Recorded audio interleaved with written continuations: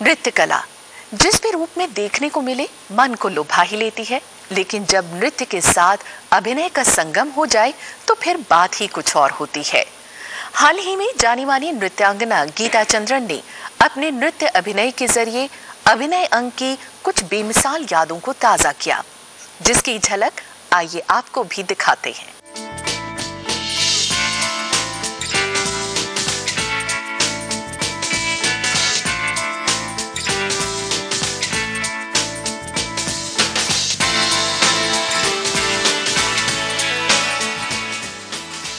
गीता चंद्रन इस भरतनाट्यम नृत्यांगना की कला के इस स्वरूप की जितनी तारीफ की जाए उतनी कम है।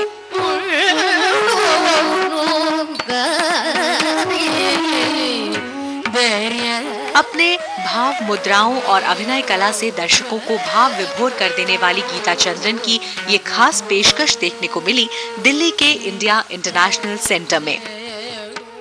भरतनाट्यम और उसके साथ अभिनय को समर्पित ये शाम कई उम्दा कलाकारों की मौजूदगी की गवाह थी।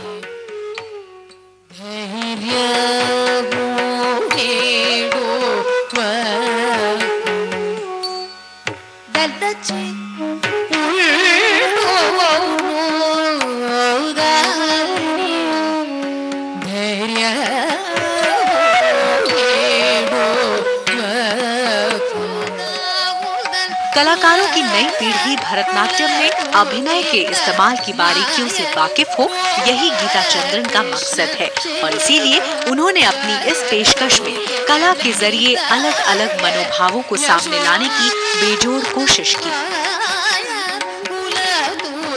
कलाकारों की नई पीढ़ी भरतनाट्यम में अभिनय के इस्तेमाल की बारीकियों से वाकिफ हो, यही गीता चंद्रन का मकसद है और इसीलिए उन्होंने अपनी इस पेशकश में कला के जरिए अलग अलग मनोभावों को सामने लाने की बेजोड़ कोशिश की। अभिनय, गीता कहती है कि बहुत ही एक अलग जमाने की कला है। जिस तरह कमल का फूल एक एक पंखुड़ी कर कर खिलता है, उसी तरह अभिनय की कला बहुत धीरे धीरे संगीत के माहौल में रसिकों के सामने बड़े आराम से ये मुखित होता है।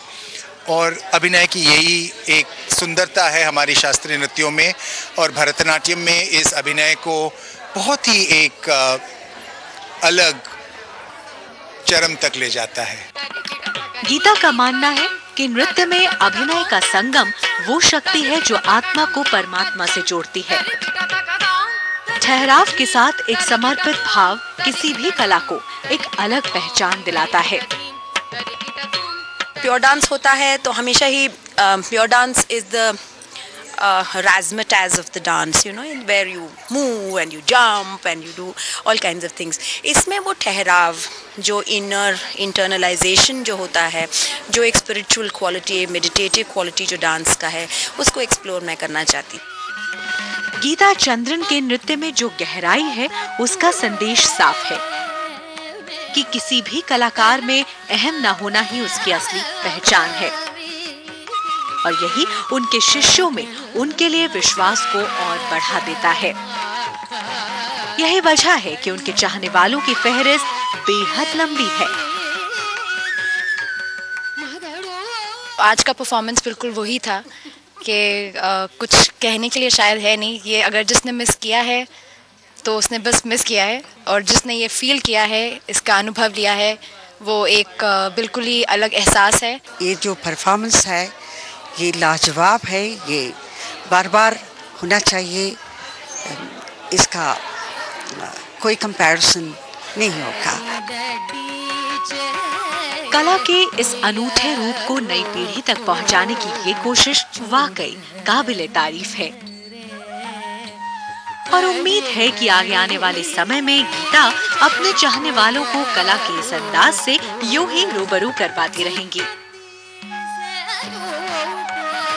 Bureau report, Rajya Sabha TV.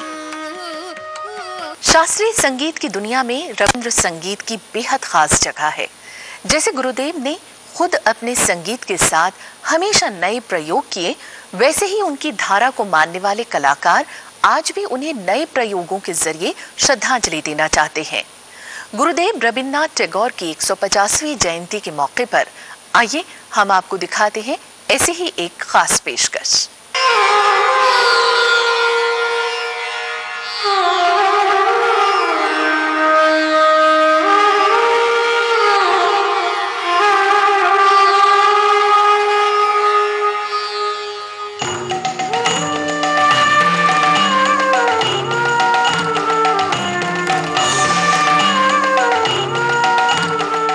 Ballet dance की ये पेशकश कई मायनों में खास है।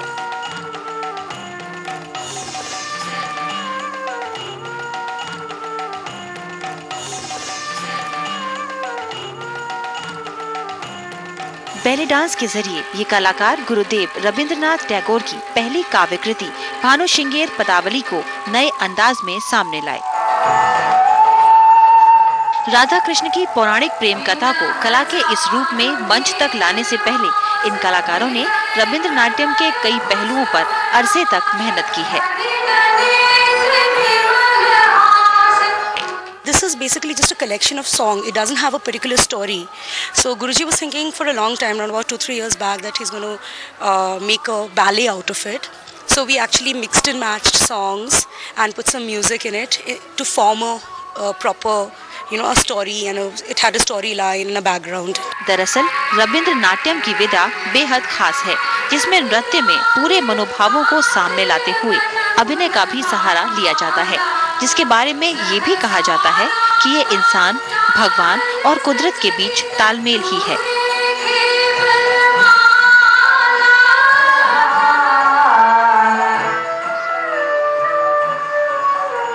दिल्ली बैले ग्रुप की ये कोशिश कितनी कामयाब हुई, ये तो इस अलग अलग मंचों पर ऐसी कई पेशकश के बाद ही कहा जा सकेगा, लेकिन इसे यहाँ भी तारीफ कम नहीं मिली।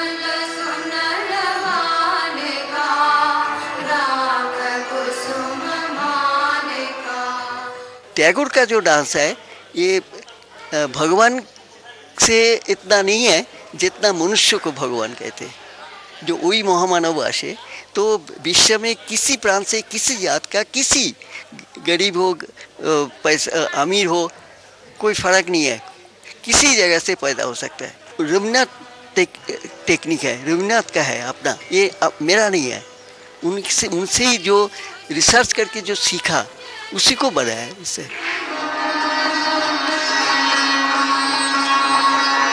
गुरुदेव की 150वीं जयंती के मौके पर इस पेशकश को और सजाया लाइट के शानदार इस्तेमाल और साउंड की जबरदस्त क्वालिटी ने।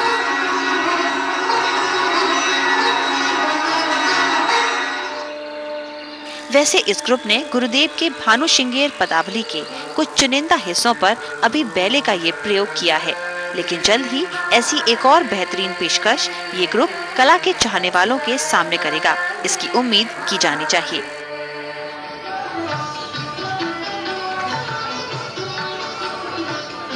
सौम्या, राज्यसभा टीवी, दिल्ली।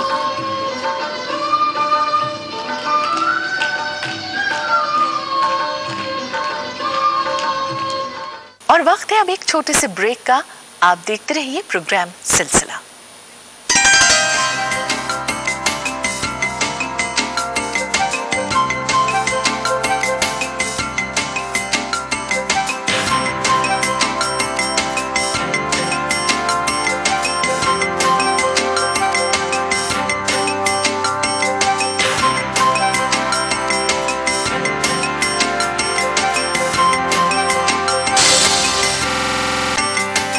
ब्रेक के बाद आपका एक बार फिर स्वागत है प्रोग्राम सिलसिला में।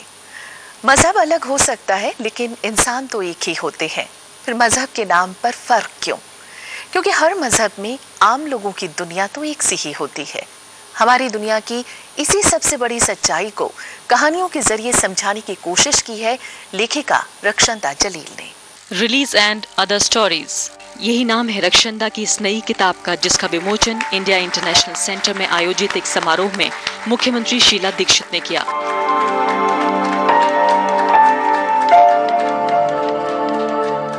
रक्षंदा की एक कहानी अ माइटी हार्ट पर बहस भी हुई, जिसका संचालन किया प्रधानमंत्री मनमोहन सिंह की बेटी दमन सिंह ने।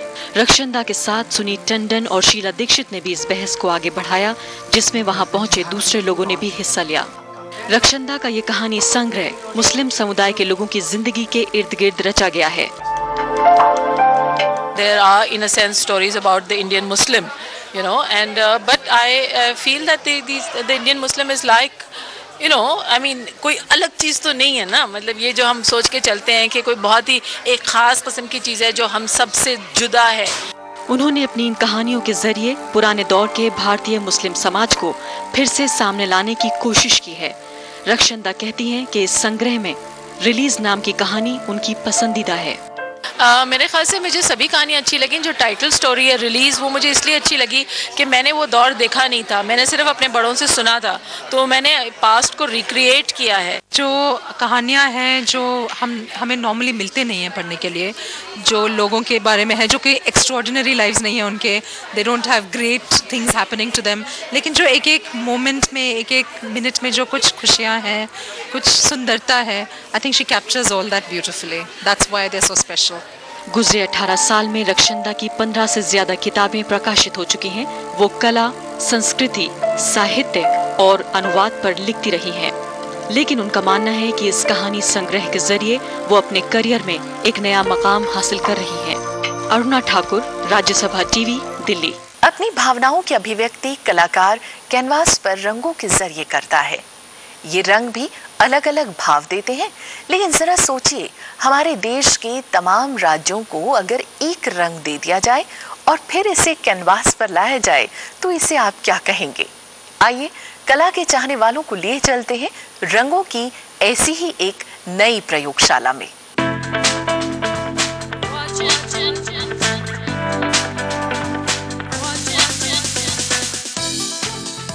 हर नई कलाकृति कुछ खास होती है और कुछ खास पैगाम भी देती है। बनारस के कलाकारों की पेंटिंग्स के चटक रंगों को देखिए।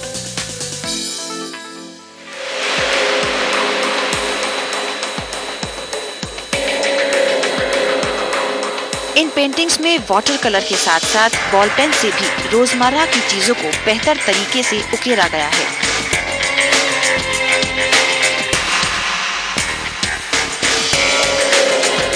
यहाँ पे मैंने रोटरिंग पेन के थ्रू टेक्सचर्स किए और जो मेरा थीम है, this is according to mood, कि डेली लाइफ में हम अपनी छोटी छोटी चीज़ों को कितना अवॉइड करते हैं। मींस जैसे यहाँ पे आप कुछ मक्खी का फॉर्म देख रहे हैं इस टाइप से, तो हम डेली लाइफ में अपनी छोटी चीज़ों को इग्नोर करते हैं, अवॉइड करते हैं, फील करते हैं कि बेकार है, बट एक्चुअली हम इनसे कितना रिलेट हैं, ये हमारे लिए डेली लाइफ में कितने इम्पोर्टेंट है।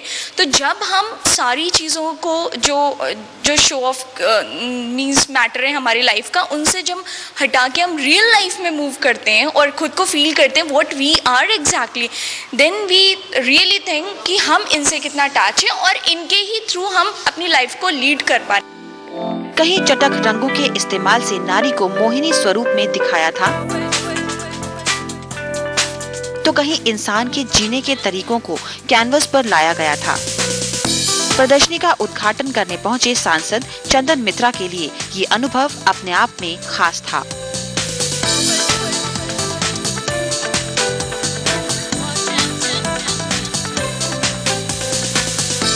बनारस के कई चित्रकार यहाँ इनके कला का प्रदर्शन करने आए हैं और उसमें जो थीम सबसे ज़्यादा डोमिनेट कर रहा है, मैं देख रहा हूँ कि बनारस में गंगा घाट और वहाँ जो भीड़ भाड़ है उसको दर्शाने की बहुत अच्छा मैं समझता हूँ प्रयास हुआ है। एक छोटा एफर्ट शुरू करते हैं, तो हमने शुरू तो की थी इसको छोटे रूप में, लेकिन जब वो हमने देखा कि कलाकारों को बहुत इंटरेस्ट है कि भाई ऐसे उनको दिल्ली जाना पड़ता अपने एग्जिबिशंस के लिए, अब यहाँ पे होने से काफ़ी इंटरेस्टेड हैं, लोग भी आते हैं देखने के लिए और कलाकार भी बहुत इंटरेस्ट लेकर के अपना शो खुद ही आते हैं, खुद ही ऑर्गेनाइज करते हैं।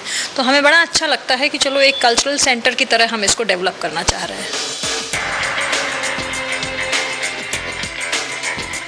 इस गैलरी में 12 प्रांतों के कलाकारों की पेंटिंग्स लगाई गई थीं।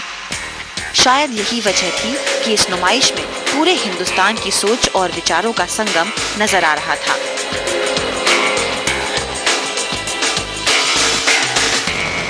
एक कलाकार अपनी भावनाओं की अभिव्यक्ति अपनी पेंटिंग्स के माध्यम से दूसरों के सामने रखता है, फिर चाहे वो उन पेंटिंग्स में वाइब्रेंट कलर्स का यूज़ करे, बॉल पेन से पेंटिंग करे, चारकोल से, या फिर एक पोइट्री को ध्यान में रखकर पेंटिंग्स लोगों के सामने रखे। उसकी यही भावनाएं उसको अन्य कलाकारों से अलग करती हैं। कैमरामैन राज ठाकुर के साथ दृष्टि गुप्ता, राज्यसभा टीवी, दिल्ली। तो सिलसिला के आज के अंक में इतना ही। इजाजत दीजिए, नमस्कार।